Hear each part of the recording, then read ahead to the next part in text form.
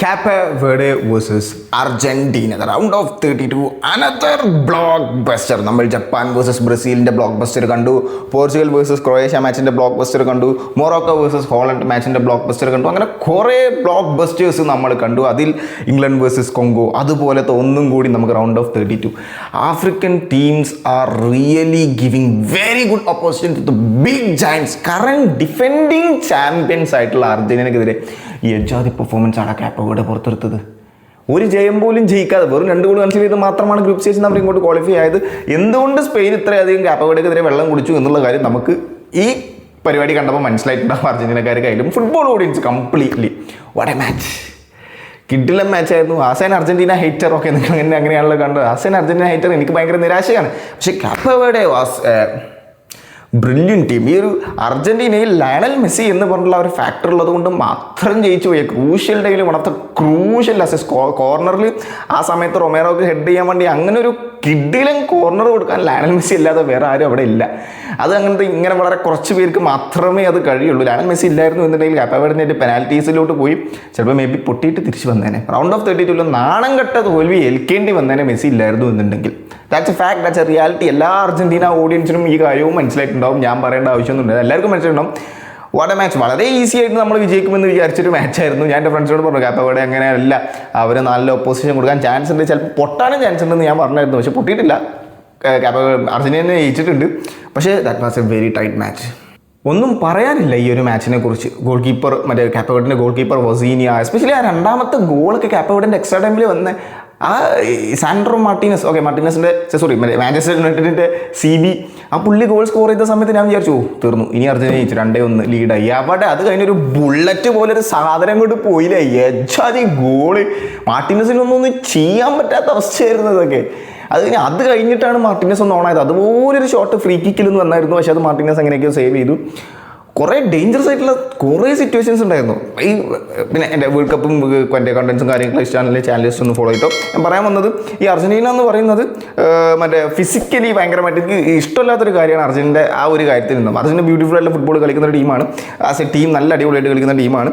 മെസ്സിയെ centre of attraction ആയിട്ട് വെച്ച് ആ ഒരു മെസ്സി എന്നുള്ള ഒരു ഫാക്ടറിലോട്ട് ബോൾ മാക്സിമം എത്തിച്ച് ക്രിയേറ്റീവായിട്ടുള്ള കുറേ സൈഡുകൾ കൊണ്ടുവരിക. അങ്ങനത്തെ ഒരു പ്ലാനാണ് ലയണൽ സ്കാലോണി കൊണ്ടുവരാറുള്ളത്. അത് വർക്കായിട്ടുണ്ട്. അവർ വേൾഡ് കപ്പ് അടിച്ചിട്ടുണ്ട്, കോപ്പ അമേരിക്ക അടിച്ചിട്ടുണ്ട്, ഒരു ഫൈനലിസ്റ്റ് എല്ലാം അടിച്ചിട്ടുണ്ട്. Okay, that's good. പക്ഷേ എനിക്ക് ഇഷ്ടമില്ലാത്തൊരു അർജന്റീനയുടെ ഫാക്ടറാണ് ഇവന്മാർ വെറുതെ ആവശ്യമില്ലാതെ ഫൗൾ ചെയ്തുകൊണ്ട് മാച്ചിൻ്റെ റിതം കളി. ഓക്കെ, ആസ് ആൻ എൻ്റർടൈനർ നമ്മൾ കളി മാനം മര്യാദ കണ്ടുകൊണ്ടിരിക്കും. ഇവർ വെറുതെ ഫൗൾ വെച്ച് കണ്ട് അത് മാച്ചിൻ്റെ റിതം കളി. പക്ഷേ ഈ മാച്ചിൽ അവർക്ക് അത് പറ്റിയിട്ടില്ല.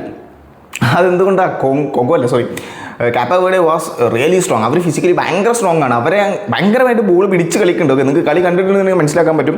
അർജന്റീനയുടെ മിഡ്ഫീൽഡേഴ്സൊക്കെ നല്ല പോലെ ലിറ്ററലി വെള്ളം കുടിച്ചിട്ടുണ്ട് ആ ഒരു കാര്യത്തിൽ. കാരണം they are controlling very well, their passes are very accurate, their ക്രിയേറ്റീവായിട്ടുള്ള ബോളുകളിൽ ആക്ട് ചെയ്യുന്നുണ്ടായിരുന്നു അവരുടെ കമ്പാരിങ് ടു അർജന്റീന. മെസ്സി എന്ന് പറഞ്ഞൊരു ഫാക്ടർ ഉണ്ടായതുകൊണ്ട് അതിനൊരു കുറവില്ലായിരുന്നു. പക്ഷേ കാപ്പ വേർഡെൻ്റെ അതിന് ഭയങ്കരമായിട്ടുള്ളൊരു കുറവുണ്ടായിരുന്നു. അതുകൊണ്ടായിരുന്നു അവിടുത്തെ കൂടുതൽ ഗോൾ വരുന്നത്. പിന്നെ അതുപോലെ തന്നെ ഇവർ കാപ്പ വേർഡെക്കാർ അർജന്റീനക്കാർ ഒന്നടിച്ചാൽ ഞങ്ങളൊന്ന് തിരിച്ചടിക്കാം ആ ഒരു മൈൻഡ് സെറ്റിലാണ്. ഇതുവരെ അങ്ങനെയൊക്കെ തന്നെയാണ് കാപ്പ വേർഡെ. അവരൊരു ലീഡായിട്ട് എടുത്തിട്ടില്ല. ഉറുഗ്വേക്കെതിരെ 2-2 എന്നുള്ള സ്കോറിനുണ്ട്. അത് ലീഡ് എടുത്തോന്ന് എനിക്കറിയില്ല. പക്ഷേ അവരൊരു ലീഡ് എടുക്കുന്നതിനെക്കാട്ടും കൂടുതൽ ഒന്ന് ഇങ്ങോട്ട് അടിച്ച് അങ്ങനെ തിരിച്ചടിക്കാനുള്ള മൈൻഡ് സെറ്റ് ഭയങ്കരമായിട്ട് കൂടുന്നുണ്ട്. ആ ഒരു റിഫ്ലക്ഷൻ അല്ലെങ്കിൽ അതിന് ആ ഒരു റെസ്പോൺസ് അത് ഭയങ്കരമായിട്ട് ഉണ്ടായിരുന്നു. ഇങ്ങനെയൊക്കെയാണ് ഈ ഒരു മാച്ചിൻ്റെ സിറ്റുവേഷൻ. ഫസ്റ്റ് ഹാഫിൽ മാച്ച് എന്ന് പറഞ്ഞു കഴിഞ്ഞാൽ first Hafil both teams are really doing very well. നല്ലപോലെ കളിക്കുന്നുണ്ടായിരുന്നു. പക്ഷേ ഒരു ഇച്ചിരി ഡോമിനേഷൻ കൂടുതൽ, അല്ലെങ്കിൽ അത്യാവശ്യം ഡോമിനേഷൻ കൂടുതൽ അർജന്റീനക്കായിരുന്നു. അതിലായിരുന്നു സാൻഡ്രോ മാർട്ടിനസിൻ്റെ അസിസ്റ്റിൽ നിന്നും ലയണൽ മെസ്സി ഒരു ബ്യൂട്ടിഫുൾ ആയിട്ടുള്ള ഒരു ഗോൾ സ്കോർ ചെയ്തു. ഒരു ഹൈ ബോൾ കൊടുത്തു. മെസ്സി ആ ഒരു ബ്യൂട്ടിഫുൾ ടച്ച് വെച്ചു, ഒരു പവർഫുൾ ആയിട്ടുള്ള ഷോട്ട് അടിച്ചു. വസീനിയ അവിടെ ബീറ്റായി. വസീനിയക്ക് ഏത് ഗോൾ കീപ്പർ ആയാലും ഒന്നും ചെയ്യാൻ പറ്റില്ല. അമ്മാതിരി ഷോട്ടാണ് മെസ്സി അടിച്ചത്. സോ അങ്ങനെ 1-0 എന്നുള്ള സ്കോറിന് മുന്നിൽ എത്തുന്നു. പിന്നെ വേറെ ഫസ്റ്റ് ഹാഫിൽ അങ്ങനെ ബിഗ് പരിപാടിയായിട്ട് വന്നിട്ടില്ല. ഫസ്റ്റ് ഹാഫിലാണോ എന്ന് എനിക്ക് ഓർമ്മയില്ല. ഒരു ഫ്രീ കിക്ക് ഉണ്ടായിരുന്നു. ഇവിടെ ഇങ്ങനെ വാൾ വെച്ചുകൊണ്ടിരിക്കുകയാണ്. വസീനി അപ്പോഴും സ്റ്റിൽ അവിടെ വാളോട് നീങ്ങി പറഞ്ഞുകൊണ്ടിരിക്കുക. റഫറി വിസിൽ വിളിച്ചു. മെസ്സി ഷോട്ട് എടുക്കുകയും ചെയ്തു. പക്ഷേ വസീനി അത് എങ്ങനെയൊക്കെയോ സേവ് ചെയ്ത് കളഞ്ഞു. മെസ്സിൻ്റെ ആ ഒരു ഫ്രീ കിക്ക് എന്ന് പറഞ്ഞത് അതൊരു one of the important moment ആയിരുന്നു അത്. പിന്നെ സെക്കൻഡ് ഹാഫിലോട്ട് പോയ സമയത്ത് Cape Verde got a very great instruction. അവരുടെ മിഡ്ഫീൽഡ് എന്തായാലും കാപ്പ വേർഡെക്ക് ബ്രീച്ച് ചെയ്യാൻ പറ്റുന്നുണ്ട്. അതായത് ദാറ്റ് മീൻസ് അർജന്റീനയുടെ മിഡ്ഫീൽഡ് മെക്കാലിസ്റ്റർ, പിന്നെ അതുപോലെ തന്നെ ഡീപോൾ, ഇവരുടെ മിഡ്ഫീൽഡിനെ കാപ്പ വേർഡെക്ക് ഭയങ്കരമായിട്ട് ബ്രീച്ച് ചെയ്യാൻ പറ്റും. കാരണം ഫിസിക്കലി കുറച്ചും കൂടി അഡ്വാൻറ്റേജ് ഉള്ളൊരു ടീമാണ് കാപ്പ വേർഡെ എന്ന് പറഞ്ഞത്. സോ ആ ബ്രീച്ചിങ്ങിനെ മുതലെടുക്കുക. ആ ബ്രീച്ച് ചെയ്തിട്ട് 2 വിങ്ങിലോട്ടും ബോൾ കൊടുക്കുക. എന്നിട്ട് അവിടെ നിന്ന് ഒന്നാലും ഷോട്ട് എടുക്കുക അല്ലെങ്കിൽ ക്രോസ് ചെയ്യുക. ക്രോസ് ചെയ്തിട്ട് കാര്യമില്ല, കാരണം കമ്പാരിറ്റീവ്ലി ഒരു നല്ലൊരു ഹെഡിങ് ചെയ്യാൻ പറ്റിയ ഒരു അങ്ങനത്തെ ടൈപ്പ് ഓഫ് സ്ട്രൈക്കർ കാപ്പവേർഡിൽ ഇല്ല. അപ്പോൾ ഇവർ അവിടെ നിന്ന് മാക്സിമം ഷോട്ട് എടുക്കുക, അവിടെ നിന്ന് ഗ്രൗണ്ട് ബോൾ കളിച്ചിട്ട് അടിച്ച് കയറ്റുക, അങ്ങനത്തെ ടൈപ്പ് ഓഫ് മൂവ്മെൻറ്റ്സ് ആയിരുന്നു അധികം നമ്മൾ കാപ്പവേർഡിനെ കണ്ടത്. അതിൽ വൺ ഓഫ് ദ മൂവ്മെൻറ്റ്, എൻ്റെ മോനെ റൈറ്റിൽ കൂടെ ഇങ്ങനെ ബോൾ കൊണ്ടുപോയിക്കൊണ്ടിരിക്കുകയായിരുന്നു. നേരെ അങ്ങനെ ഒരു നട്ട്മഗ് പാസ് പോസ്റ്റ് അങ്ങനെ എന്തോ ഒരു പ്ലെയറിന് കൊടുത്തു. ഒരാളെ പേര് പോലും എനിക്കറിയില്ല കാപ്പവേർഡിലെ. വൊസീനിയ മാത്രം എനിക്കറിയാം. അത് അന്നാ മറ്റേ ഫസ്റ്റ് മാച്ചിൽ പ്ലെയർ ഓഫ് ദ മാച്ച് ആയതുകൊണ്ട് ആ പുള്ളിയുടെ പേര് മാത്രം അറിയാം. വേറെ ഒരാളെ പേര് എനിക്കറിയില്ല. ടോപ്പ് 5 ലീഗിൽ ഇവർ കളിക്കണ്ടെന്ന് പോലും എനിക്കറിയില്ല. ടു ബി ഫ്രാങ്ക് പറയാലോ. എന്തായാലും റൈറ്റ് വിങ്ങിൽ നിന്ന് ആ ഒരു വിങ്ങർ ഒരു നട്ട്മഗ് ബോൾ ടു കോസ്റ്റൊക്കെ കൊടുത്തു. കോസ്റ്റ് അതെന്ത് ചെയ്തു, ഒരു നട്ട്മഗ് ഷോട്ട് അടിച്ചു. സാൻഡ്രോ മാർട്ടിൻസിനകത്ത് റൊമേറോൻ്റെ ഒരാളുടെ നടയെ കൂടെ ബോൾ പോയിട്ട് നേരെ അത് ഗോളായി. 1-1 സ്കോറിന് ഡ്രോ ആയി. ഹിസ്റ്റോറിക് മൊമെൻ്റ് ആയിരുന്നു. അർജൻറ്റീനയെ പോലത്തെ ഒരു ഡിഫെൻഡിങ് ചാമ്പ്യൻസിനെതിരെ അവരെ എക്സ്ട്രാ ടൈമിലോട്ട് കൊണ്ടുപോവുക, അവർക്കൊരു വെരി ഗുഡ് ഒപ്പോസിഷൻ കൊടുക്കുക. അതും ആദ്യമായിട്ട് വേൾഡ് കപ്പ് എടുത്തത് വെറും 7-8 ഐലൻഡ് മാത്രമുള്ള ഒരു കുഞ്ഞു ടീം, കുഞ്ഞു കുത്താണ് മാപ്പിൽ കണ്ടു കഴിഞ്ഞാൽ ആ സ്ഥലത്തുള്ള കുറച്ച് ആൾക്കാർ വന്ന് ഇവരെ ഡിഫെൻഡിങ് ചാമ്പ്യൻസിനെ വിറപ്പിക്കുക എന്നൊക്കെ പറഞ്ഞു കഴിഞ്ഞാൽ that was A absolute majestic moment. ഈ വേൾഡ് കപ്പിൽ ക്രേസി തിങ്സ് ആർ ഹാപ്പനിങ്. അതിൽ one of the crazy thing ആണ് ഈ ഒരു അർജൻറ്റീന വേഴ്സസ് കാപ്പവേർഡെ ആ ഒരു ഗോളും നമ്മൾ കണ്ടത്. Nutmeg pass, nutmeg goal. 1-1 സ്കോറിന് draw ആയി. പിന്നെ അർജൻറ്റീന വാസ് ട്രൈങ്. അർജൻറ്റീന അത് വിചാരിച്ച് കാപ്പവേർഡെ അവിടെ നിർത്തുന്നൊന്നുമില്ല, അവരും ട്രൈ ചെയ്യുന്നുണ്ടായിരുന്നു. ഈക്വലായിരുന്നു സ്ട്രെങ്ത്തിൻ്റെ കാര്യത്തിൽ. അർജൻറ്റീനക്ക് കുറച്ചും കൂടി ഒരു വേൾഡ് കപ്പിൽ കുറച്ചും കൂടി എക്സ്പീരിയൻസ് ഉണ്ടായതുകൊണ്ട് തന്നെ ഹാഫ് ടൈം എക്സ്ട്രാ ടൈമിൽ അവർക്കൊരു ചെറിയൊരു അഡ്വാൻറ്റേജ് കിട്ടി, അത്രയേ ഉള്ളൂ. അത് ലയണൽ മെസ്സിയിലൂടെ അവർ മുതലെടുക്കുകയും ചെയ്തു. അങ്ങനെ ഫസ്റ്റ് ഹാഫ്, സെക്കൻഡ് ഹാഫ് അങ്ങനത്തെ കുറച്ച് ഇമ്പോർട്ടൻറ്റ് പിന്നെ അതിലും കൂടുതൽ പിന്നെ ഒരു ചാൻസും കണ്ടിട്ട് ഉണ്ടായിരുന്നു. ലയണൽ മെസ്സി ഒരു ത്രൂ ബോൾ കൊടുത്തു. അതെനിക്ക് തോന്നുന്നു ആ സമയത്ത് ആയപ്പോഴേക്കും അൽവാരസ് ഇറങ്ങിയിരുന്നു മാർട്ടിനസിനെ കയറ്റി. ലൗതറോ മാർട്ടിനെ കുറിച്ച് പറയാൻ കിട്ടും. അൽവാരോ ആ ഒരു ബോൾ കൊടുത്തു. എൻസോ ആരോ ഒരാൾ എനിക്ക് ഓർമ്മയില്ല ഒരു ഷോട്ട് കൊടുത്തു. പക്ഷേ വൊസീനിയ ആ ഒരു ബോൾ സേവ് ചെയ്തു. അതൊക്കെ 1-on-1 with goalkeeper Vozinha save ചെയ്തു. 40-40 വയസ്സുണ്ടായ ചെങ്ങായിക്ക് എങ്ങനെ വളരെ കൂൾ ആൻഡ് കാം. നമ്മൾ തോറ്റിക്കാണോ കാമായിട്ട് എടുക്കും. വൊസീനിയ 3-4 ഡ്രിബ്ലിങ് ഈ മാച്ച് നടത്തിയിട്ടുണ്ട്. What A player. ഇങ്ങനെ കൂളായിട്ട് കളിക്കുന്ന ഒരു ടീം അതാണ് ഒരു ബിഗ് പ്രഷർ സിറ്റുവേഷൻസിൽ നമുക്ക് വേണ്ടത്. പ്രഷർ ഇല്ലാതെ എങ്ങനെ കളിക്കാൻ പറ്റും? That is Cape Verde exactly. Cape Verde മാത്രമല്ല ബാക്കി എല്ലാ ചെറിയ ടീമുകളും ഈ ഒരു വേൾഡ് കപ്പിൽ പ്രഷർ ഇല്ലാതെ വളരെ കൂളായിട്ട് ഒപ്പോസിറ്റുള്ള ടീമിന് വളരെ നല്ല ബ്രില്യൻ്റ് ആയിട്ടുള്ള ഒപ്പോസിഷൻ, നല്ല ടൈറ്റ് കോമ്പറ്റീഷൻ കൊടുക്കുക എന്നുള്ളതാണ് ഇതുപോലത്തെ ചെറിയ ചെറിയ ടീമുകൾ ബിഗ് ഓപ്പോസിറ്റ് ജയൻസിന് കൊടുക്കുന്നത്.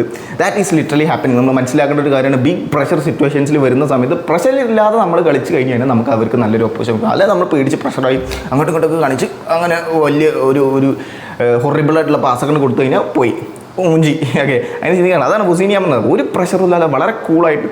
പക്ഷേ ഒരു മിസ്റ്റേക്ക് വൊസീനിയൻ്റെ വന്നു പറ്റും. എനിക്ക് തോന്നുന്നു ആ ഒരു വാള് വെക്കുന്നതിൽ മാത്രമാണ് വൊസീനിയയിൽ നിന്നൊരു മിസ്റ്റേക്ക് പറ്റി. അല്ലാതെ ഒരു മിസ്റ്റേക്ക് ആ ചങ്ങാരിൽ നിന്ന് പറ്റിയത് എനിക്കറിയില്ല, ഞാൻ കണ്ടിട്ടില്ല.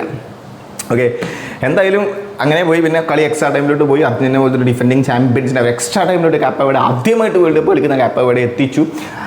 ഫസ്റ്റ് ഹാഫ് പോയി, ടോസ് കാപ്പവേർഡെക്കാണ് കിട്ടി. അവർ ടച്ച് എടുത്തു, മാച്ച് സ്റ്റാർട്ട് ചെയ്തിട്ട് പിന്നെ കുറച്ച് നേരം കഴിഞ്ഞപ്പോൾ ഒരു കോർണറിൽ നിന്ന് തന്നെയാണെന്ന് തോന്നുന്നു, ഐ തിങ്ക് ഒരു ഷോട്ട് വരുന്നു. അത് മെക്കാലിസ്റ്റർ ഹെഡ് ചെയ്യുന്നു. അത് നേരെ സാൻഡ്രോ മാർട്ടിനസ് ആ CB ടോയ് സാൻഡ്രോ തന്നെയാണോ പേര് എന്ന് എനിക്ക് കറക്റ്റ് ആയത്, തെറ്റാണ് നിങ്ങൾ താഴെ കമൻറ്റ് ബോക്സിൽ കിട്ടും. മാർട്ടിനസ് ഒരു ഷോട്ട് അടിച്ചു. ആ ഷോട്ട് അടിച്ചിട്ട് ഗോളായി. ഓക്കെ, അവിടെ നിക്കോ ഗോൺസാലസ് ഒരു ഓഫ് സൈഡ് ആണോ അല്ലേ എന്നുള്ള കാര്യം എനിക്ക് ഡൗട്ട് ഉണ്ടായിരുന്നു പേഴ്സണലി. ഞാനത് ഓഫ് സൈഡ് ആണെന്ന് വിചാരിച്ചത്. പക്ഷേ ആ ഒരു കുറച്ച് നേരം കഴിഞ്ഞപ്പോൾ പിന്നെ ആ ഒരു ലൈന് കറക്റ്റായിട്ട് കാണിച്ചു. ആ സമയത്ത് ആ മെക്കാലിസ്റ്റർ ഹെഡ് ചെയ്ത സമയത്ത് ഒരു ഡിഫൻഡർ കാപ്പവേർഡൻ്റെ ഇവിടെ ഉണ്ടായിരുന്നു. സോ പുള്ളി അവിടെ ഉണ്ടായതുകൊണ്ട് തന്നെ നിക്കോ ഗോൺസാലസ് അവിടെ ഓൺ സൈഡ് തന്നെയായിരുന്നു. അപ്പോൾ എന്തായാലും അത് ഗോൾ തന്നെയാണ്, ഫെയർ, അതിലൊന്നും പറയാനില്ല, ഗോൾ. ഓക്കെ, അത് കഴിഞ്ഞിട്ട് എക്സ്ട്രാ ടൈമിൻ്റെ ഫസ്റ്റ് ഹാഫിൽ തന്നെ കാപ്പവേർഡെ രണ്ടാമത്തെ ഒരു ഗോൾ ഇട്ടു. What A goal. അത് മാത്രമേ എനിക്ക് ആ ഒരു ഗോളിനെ കുറിച്ച് പറയാനുള്ളൂ. ലെഫ്റ്റിലൂടെ ഒരു ബോൾ വന്നു. ആ ലെഫ്റ്റ് വിങ്ങറിന് ആ ഒരു ബോൾ കൊടുത്തു. ആ ചങ്ങായി മദേന, ആ പ്ലെയറിനെ മദേന തന്നെ തോന്നുന്നു, ഐ തിങ്ക് ആ ലെഫ്റ്റ് ബാക്ക്. ഓക്കെ, പുള്ളിനെ കട്ട് ചെയ്ത് വന്നിട്ട് ഒരു ഷോട്ട് അടിച്ചു. ഒരു കേർവിങ്, ഒരു പവർഫുൾ, ഒരു കിഡിലൻ ഷോട്ട്. മാർട്ടിനസിനൊന്നും ചെയ്യാല്ല. ഓക്കെ, അതൊന്നും ചെയ്യാതെ ഏത് ഗോൾ കീപ്പറായാലും ഒന്നും ചെയ്യാൻ പറ്റില്ല. അടിച്ചു, ഗോളായി. 2-2. Literally, Cappaverde giving a very good opposition in the extra time to the current World Cup champions, defending World Cup champions. 2-2 എന്നുള്ള സ്കോർ ഞാൻ വിചാരിച്ചു ഈ മാച്ച് പെനാൽറ്റീസിലോട്ട് പോകും. പക്ഷേ അപ്പോഴാണ് ഞാൻ പറഞ്ഞില്ല, അപ്പോഴാണ് ഈ ഒരു അർജന്റീനയുടെ വേൾഡ് കപ്പിൽ അവർ കൂടുതൽ കളിച്ച അല്ലെങ്കിൽ അവർ ഡിഫെൻഡിങ് ചാമ്പ്യൻസ് ആണ് എന്നുള്ള ഒരു എക്സ്പീരിയൻസ് അവർ യൂസ് ചെയ്തത്. കാപ്പവരുടെ ഒരു സെറ്റ് പീസിൽ ഒരു ഇച്ചിരി വീക്കായിരുന്നു, അവർ ഫിസിക്കലി അടിപൊളിയായിരുന്നു, സെറ്റ് പീസിൽ ഒരു ഇച്ചിരി വീക്കായിരുന്നു. പക്ഷേ ബട്ട് സ്റ്റിൽ അവർ അവരുടെ ആ എനർജി കൊണ്ട് തന്നെ ഫസ്റ്റ് ഹാഫിലും സെക്കൻഡ് ഹാഫിലും ആ ഒരു ഇൻസൈഡ് 90 മിനിറ്റ്സ് അവരത് എങ്ങനെയൊക്കെയോ സോൾവ് ചെയ്തു. പക്ഷേ എക്സ്ട്രാ ടൈമിലോട്ട് വന്ന സമയത്ത് അവർ കുറച്ചും കൂടി ഫറ്റീഗ് ആവാൻ തുടങ്ങി. ദാറ്റ് മീൻസ് അവർ കുറച്ചും കൂടി നല്ല ക്ഷീണിതരാവാൻ തുടങ്ങി. ആ സമയത്ത് Lionel Messi was given a very good crucial ball. റൊമേറോയും പിന്നെ അതുപോലെ മാർട്ടീനസും എല്ലാവരും കയറി വന്നു. അതിൽ റൊമേറോൻ്റെ ഹെഡ് ചെയ്തു. ആ ഹെഡ് ചെയ്ത സമയത്ത് അത് പുറത്തോട്ടാണ് പോകുന്നത്. പക്ഷേ അൺഫോർച്ചുനേറ്റ്ലി കപ്പവേടൻ്റെ ഒരു പ്ലെയറിൻ്റെ കയ്യുമ്പോൾ തട്ടിന് ഡിഫ്ലക്ഷനായി അത് അകത്തോട്ട് പോയി. സോ 3-2 എന്നുള്ള സ്കോറാണ്. ബട്ട് സ്റ്റിൽ അത് കഴിഞ്ഞിട്ട് കപ്പവേടെ അപ്പോഴും അവരെങ്ങനെയാണോ കളിയുടെ റിതം കൊണ്ടുവരുന്നത് അതുപോലെ പോയിക്കൊണ്ടിരുന്നു. 3-2 എന്നുള്ള സ്കോറിന് ആ മാച്ച് കഴിഞ്ഞു. ഒരു ഡേഞ്ചറസ് ആയിട്ടുള്ള ഒരു സിറ്റുവേഷൻ ഒക്കെ ഉണ്ട്. പക്ഷേ മാർട്ടിനസ് എങ്ങനെയൊക്കെയോ സേവ് ചെയ്തു. ഓക്കെ, അങ്ങനെ ആ കളി അങ്ങനെ 120 മിനിറ്റ് കഴിഞ്ഞ് 3 മിനിറ്റ് എക്സ്ട്രാ ടൈം ഉണ്ടായിരുന്നു. 3 മിനിറ്റ് ആയ സമയത്ത് കറക്റ്റ് 3 മിനിറ്റ് ആയപ്പോൾ വിളിച്ചു. ഇവിടെ കഴിഞ്ഞ കളിയൊക്കെ 10 മിനിറ്റ് കൊടുത്തിട്ട് 17-16 മിനിറ്റാണ് കൊടുത്തിട്ടുള്ളത്.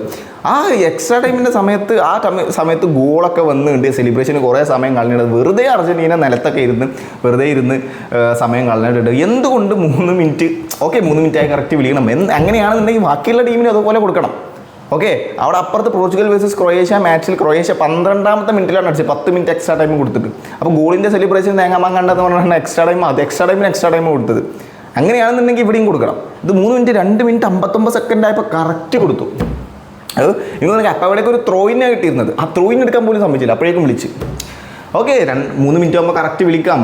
അങ്ങനെ വിളിക്കുകയാണെങ്കിൽ ബാക്കിയുള്ള ടീമിൻ്റെതും കറക്റ്റായിട്ട് വിളിക്കണം. ഇതൊരുമാതിരി കമ്മിറ്റി ടീം എന്നുള്ള രീതിയിൽ ആ രീതിയിൽ പെരുമാറരുത്. ഓക്കെ, ആണ് നല്ല പറയുന്നത് കേട്ടോ. Okay, strictly my opinion. So ഇതൊക്കെയാണ് കാപ്പവേർഡെ വേഴ്സസ് അർജന്റീന മാച്ചിനെ കുറിച്ച് പറയാനുള്ളത്. ഈജിപ്ത് വേഴ്സസ് ഓസ്ട്രേലിയ മാച്ചിൽ ഈജിപ്ത് വിജയിച്ചിട്ടുണ്ട് പെനാൽറ്റീസിൽ. സോ ഈജിപ്ത് ആയിരിക്കും മേ ബി അർജന്റീനയുടെ റൗണ്ട് ഓഫ് 16 ഒപ്പോണൻറ്റ് എന്ന് പറയുന്നത്. സോ ഇങ്ങനെയൊക്കെയാണ് റൗണ്ട് ഓഫ് 32 പരിപാടികളെല്ലാം കഴിഞ്ഞു. ഇനി അങ്ങോട്ട് റൗണ്ട് ഓഫ് 16 മയമായിരിക്കും.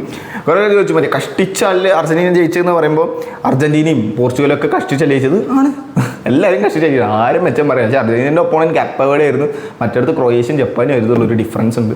അത്രയൊക്കെ തന്നെയുള്ളൂ. പിന്നെ കണ്ടൻസും കാര്യങ്ങളും ചാനൽ ജസ്റ്റ് ഒന്ന് സബ്സ്ക്രൈബ് ചെയ്തിട്ടോ. Thank you so much.